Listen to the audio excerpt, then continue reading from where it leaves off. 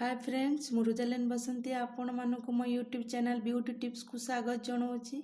आजिकार beauty tips विषय वस्तु होची घरे उपाय आम किपर मेकअप नहीं पारिबा।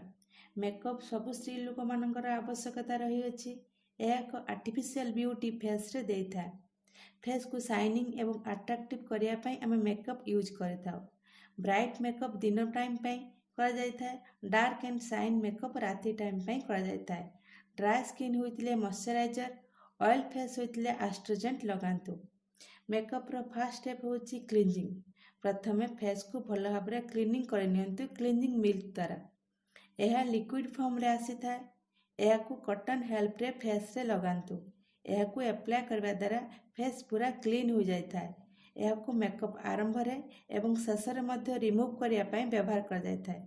सेकंड स्टेप होची स्किन टोनिंग। यह लिक्विड फॉर्म रे आसी थाए। यह को तुला द्वारा फेस रे व्यवहार करंतु। यार लगाइबार मूल कारण होची स्किन ले थिबा पियर्स खुली जाय थाए। सेथि पई किछि भी डस्ट फेस भीतर को पसि पारे नाही। यह ड्राई स्किन, ऑयल स्किन दुई स्किन पई लाभप्रद होई थाए। थर्ड स्टेप होची प्राइमर। जेमितिका घरे चूर्ण देबा को हेले कांथरे प्राइमर लगा जाए, सेही परि प्राइमर लगाइले फेस रे एक बेस तैयारी होई थाए, जहा द्वारा सब प्रोडक्ट आसानी रे यूज करा जाय पारथाए। यह लगाया परे फेस सिल्क और शाइनिंग करे थाए। फोर्थ स्टेप होची कंसीलर। यह लिपस्टिक पर देखिया पई क्रीम फॉर्म रे आसी थाए। फेस रे थिबा छोट दाग खाल पूरण करे थाए। यह को मध्य आखि चारिपाखे थिबा कला दाग को लुचाया पई व्यवहार करा जाय थाए।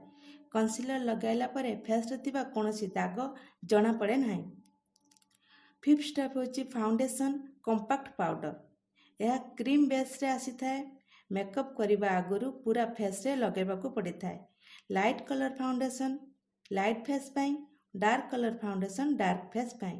फाउंडेशन लगेया परे कंपैक्ट पाउडर फेस एवं नेक रे लगेबा को पड़ी थाए।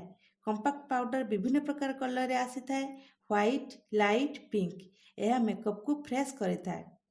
तापर स्टेप होची ब्लशन। यह लाइट पिंक कलर रे आसी थाए, कंपैक्ट फॉर्म रे आसी थाए। यह लगाया परे स्किन अधिक शाइनिंग करे थाए। फेस को गुलाबी रंग रे अपीयरेंस मध्य देई थाए। तापर स्टेप होची आई मेकअप। आखि को बड़ करिया को चाहुथिले आमे आई मेकअप करिबा। यह मध्य आखि को सुंदर करे थाए।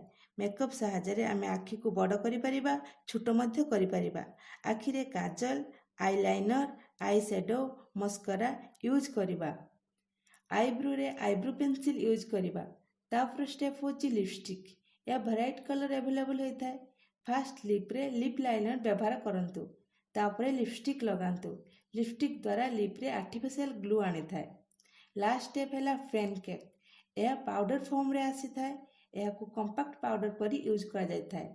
वाटर प्रूफ मेकअप करबा को चाहुचंती ताहाले 2 ରୁ 3 ड्रॉप वाटर रे पेनकेक को मिलाई कॉटन सहायता रे अप्लाई करंतु।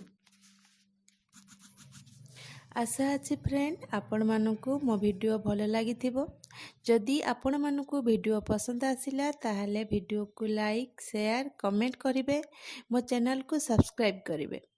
बेल आइकन को दबाई देबे, कारण मु जो नवा वीडियो अपलोड करूची तार नोटिफिकेशन आपणक पाखरे पहुंची पारिबो। धन्यवाद।